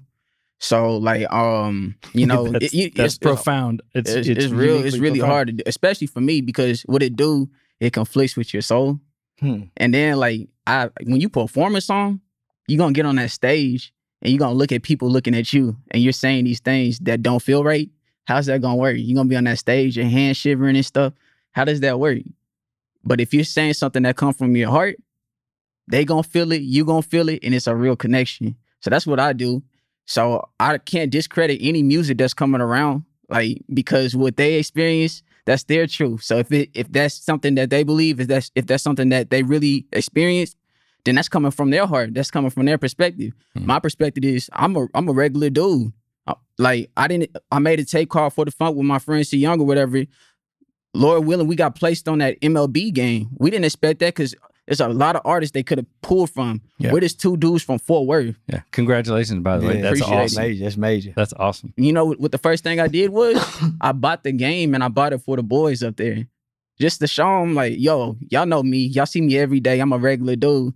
I'm not, I'm just who I am. But I can do extraordinary things. I can do extraordinary things, exactly. So some of them listen, like just the fact that they listen to me, knowing they have all these other alternatives to listen to, I'm like, dang, so let me really kind of throw in some real information in there. I'm not trying to rap perfectly. Like, I'm gonna write about real stories. Like I write about things that they hear. Might as well too. I'm a man. I'm a human being. Like I got my pleasures and desires as well too. I'm not gonna run away from that.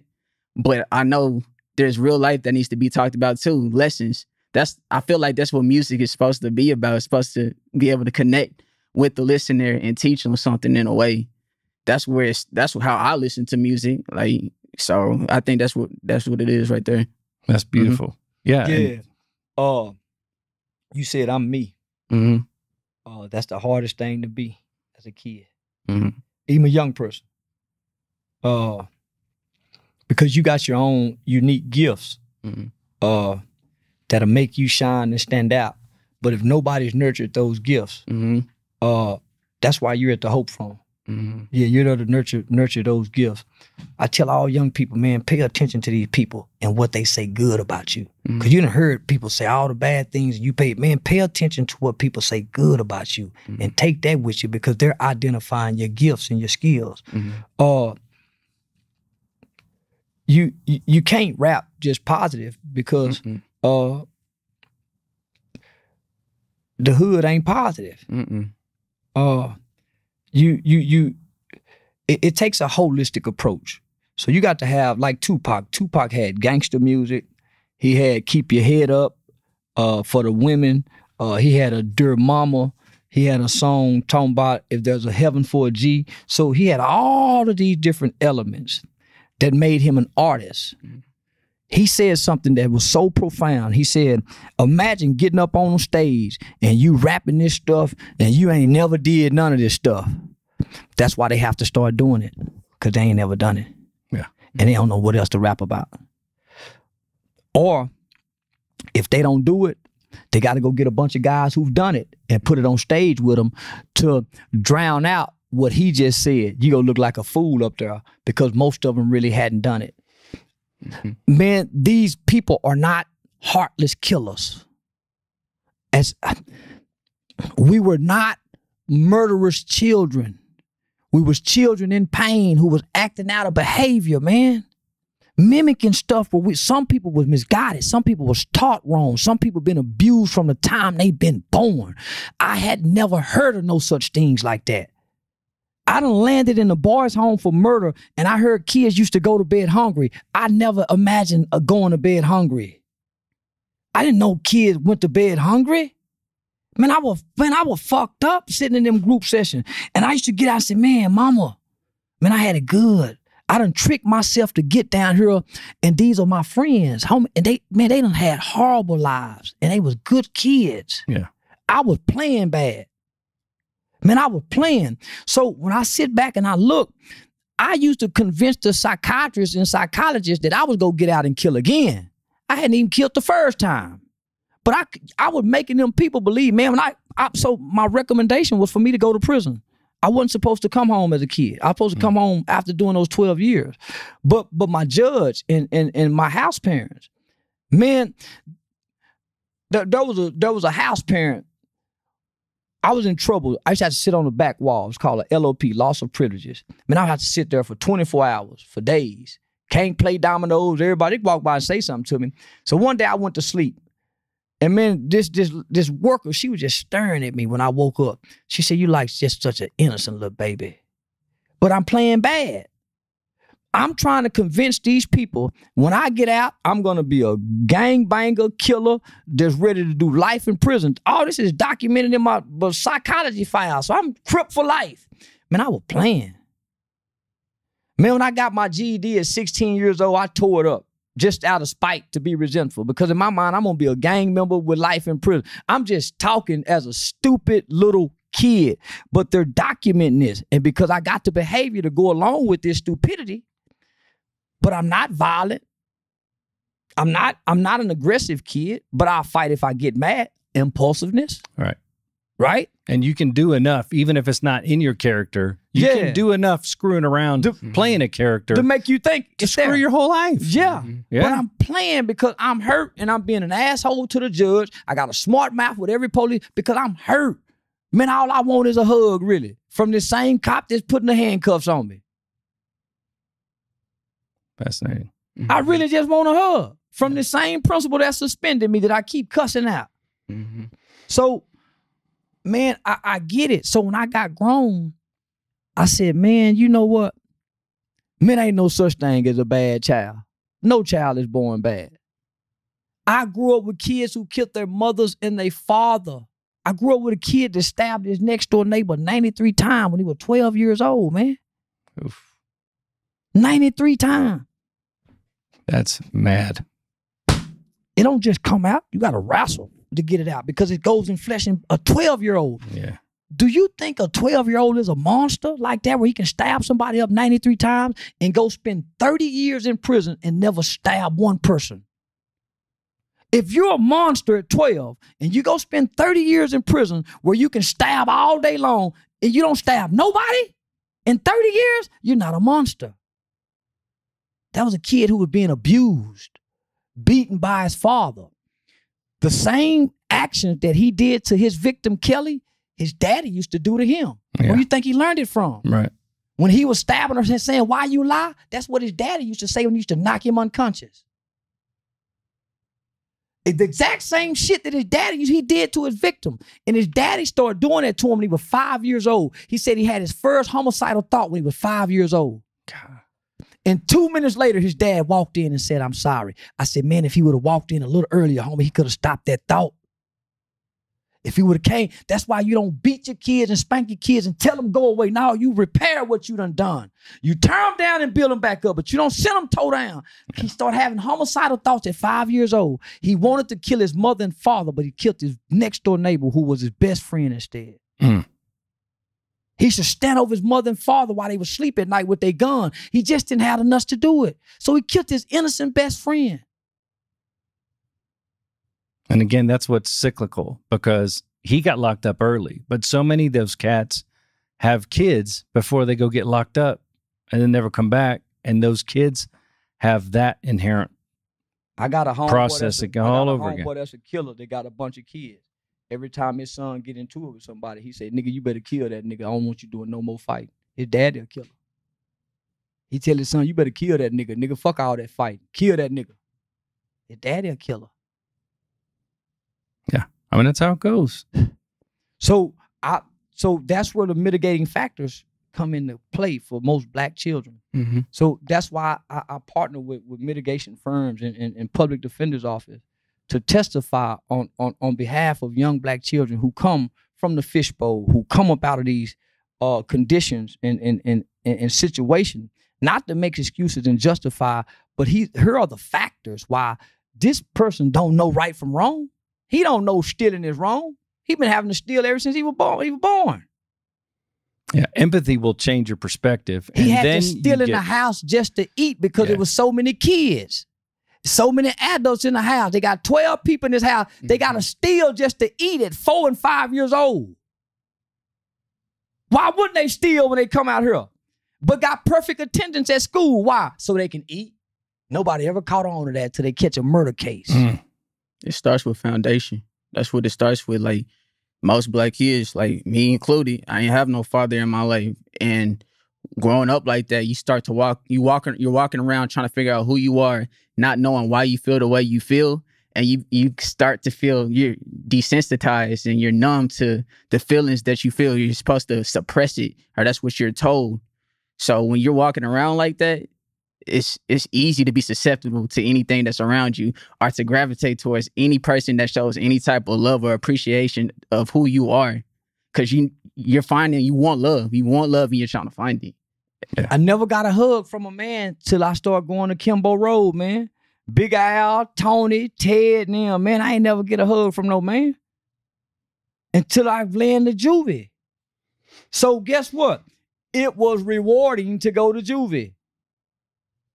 Well, and you met the right folks in there. Not everybody does have that pleasant of experience, but you met it's a generation, different people. Time. A whole nother generation in a different time. But man, look how what a blessing that is, and the fact that now that you can pass those experiences on, as bad as it was, and you can pass that on. You have somebody like Darian who can understand on the same level about how important it is to communicate to kids about these things. And then we have generational gaps where we can intercept these folks and get in front of that stuff and teach them respectful sociological interactions. And, you know, because that's stuff you guys go through, right? It's not just EDU. Here's the thing, though. Like, one thing that I've learned, even going through the program, like, you can't save the world, but you can save the world you're living in. So I know something that I'm saying, it's not going to resonate with all the boys. They're going to grow up and still do what they want to do because my influence is just not enough. There's other people that they got to see every day besides me. And what they're saying might resonate more than what I'm saying. And that's cool. You're going to grow up. You got to live to learn.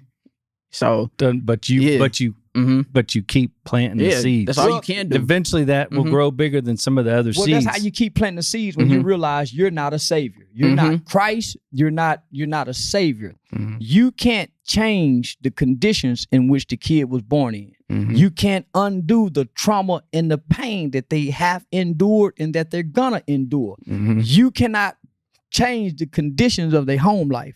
So while you're with me, I'm going to love you. I'm going to nurture you. I'm going to have discipline. I'm going to correct you. And I'm going to look for what I need to look for in you so I can show you the goodness of who you are. Boy, you good. Boy, come here. Yeah, so I'm going to nurture and pull out the goodness in you. Everybody over there is going to highlight the bad. But what I can't do, I can't change that when you leave me. So I understand I'm not Christ. So while I'm here, I'm going to equip you, little brother. I'm going to give you everything you need. I know you going to prison. 1, 2, 3. One of y'all going to prison. So while y'all with me, I'm going to equip you for whatever journey you have to go on. That's my only job. Most people who plant trees will never get to enjoy the shade of the trees that they planted. For sure. Yeah. We just plant trees. Yeah.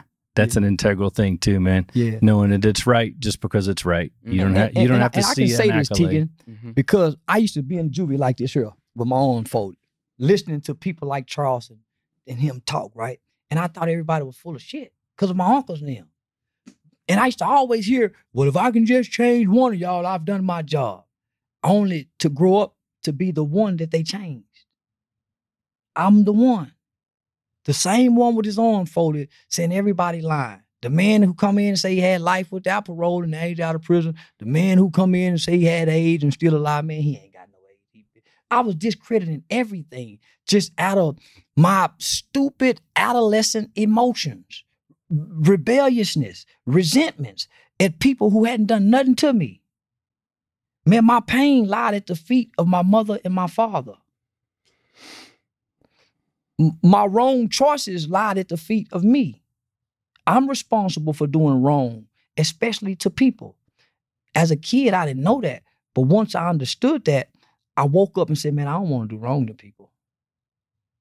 I woke up as a grown adult and said, I don't want to do wrong to people. I don't steal, I don't rob, man, I don't want to do wrong to people. You changed who you were. Yeah. I changed the juvenile system. They placed me in an environment. So it's just like, I use this analogy oftentimes, right? It's just like when they rescued Michael Vick's dogs that was bred and groomed to fight and kill other dogs. They didn't take those dogs and put them in a pound where the dog got to fight and bite other dogs. They placed them in a nurturing environment. Right? They went and got these dogs, rescued them, put them in a nurturing environment, gave them structure, love, and discipline, right? And they nurtured these dogs back into their natural state, which was man's best friend. And they started having these dogs be adopted to families, licking kids in the face after they've been over here killing. Why can't we do that to our babies and kids? Yeah. I'm not saying doing it to grown folks, but we can surely do it to young children who are committing these violent crimes instead of throwing their life away. I think young children are much more redeemable than anything in life. Best place to start. I think we're all in agreement there. Yeah. So to see this brother, in my eyes, that would be my dream job. To have been at Hope Forum and work at Hope Forum. Yeah. That's all I ever wanted, man, was to go back and work at TYC. That's my, man, and that was my dream job, to grow up and get me a job and be another Mr. Davis. Shout out to David Davis. I want to be, that's my hero. He was cool. We were scared of him like he was our daddy. He didn't play. He was firm, fair, and consistent with that military background. And I still talk to him to this day. And I've been out for 30 years. That's awesome. I think the biggest thing for a kid to see is someone that's showing up for them. That's all it is. That's all a kid wants. That's all they care about. They don't know right from wrong. They just know who they see every day. So if you show up, you're doing enough. I know guys who play football and nobody never showed up, so they quit playing football. Mm-hmm. I know guys who, man, because nobody never showed up. They look out there in them stands and there was nobody never there. Yeah. What's it for? Yeah. Yeah. Well, and that's the beautiful thing too. I know both of you are like this too. That would, you know, when you're planting that seed and you're pouring into them while they're there, if they leave, if they go off into life and try something, or if they go off into life and end up in prison, we can still be there for them then too. Yeah. You know, that you just let them know, man, you know, that you're a foundation that they can always rest on. So I will just say I appreciate what both of you guys are doing. It means a lot that you're both in the same room with me today. So I really appreciate you guys. I thank you for, I feel like we should have more young people over here speaking and talking. I think there should be a platform of nothing but young people with gripes and complaints about grown people and how they're ruining their future.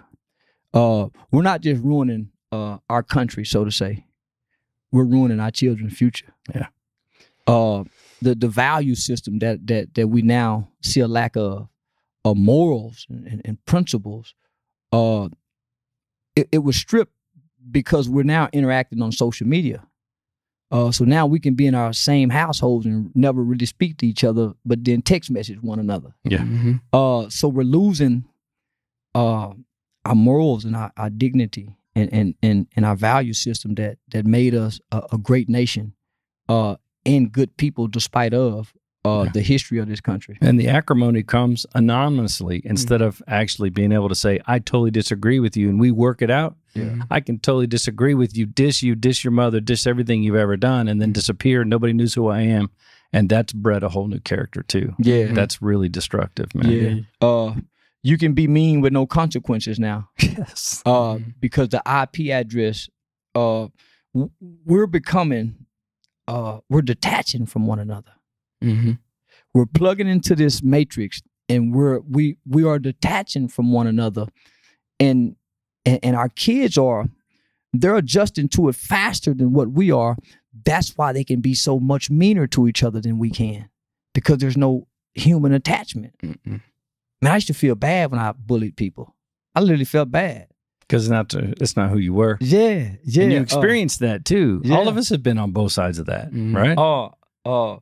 Even today, if I tell a lie and everybody believe it and don't nobody know I'm lying but me, I secretly feel bad. I secretly feel bad. So Hillary was wrong because you're not incorrigible. Mm-mm. No child is born bad. All behavior is learned. Children mimic what they see and repeat what they hear. They either learn through direct teaching or sitting back observing and you doing it in front of them. Exactly. And Darian's the only way to learn. Yeah. You're either going to teach me directly or you're going to do it in front of me and I'm going to pick up on it. Mm-hmm. There's no other options. Thank you, brothers, for being here, man. I really appreciate your time. Yeah, this was pretty powerful and deep, man. I can't wait for this to drop. Yeah. For sure. I think you should do more of these, man. I appreciate you. Yeah. I'm gonna see if we got to get him on Real Life Street Star. Oh yeah, Darian's straight up, man. He's a straight up fool right there. Yeah. We got to get you on Real Life Street Star. We'll get some of your music on some of this cast too, so that folks can scope it out and make sure we get links to your latest stuff. Okay. Obviously, we keep up with that anyway, so for sure we'll get it on. Okay. Yeah, man. Keep doing what you're doing, brother. For sure. I ain't gonna call you Jesus, but you're a good example like him, a living testament. For sure. Yeah, you done lived it and walked it, so now they can believe that it can be done. That's why we believe in Jesus. He had to come down here and walk it, and he had to come put on the suit. So you done put the suit on and walked it, and now you a living testament and say, nah, man, you can do it. Nah, homie, so can't nobody argue with you. For sure. I appreciate that. Yes, sir. All right, brothers. All right, man. What's it take? What you gonna do? What you gonna do? Success around the sandbox with second grade rules. A confident fake to make you do.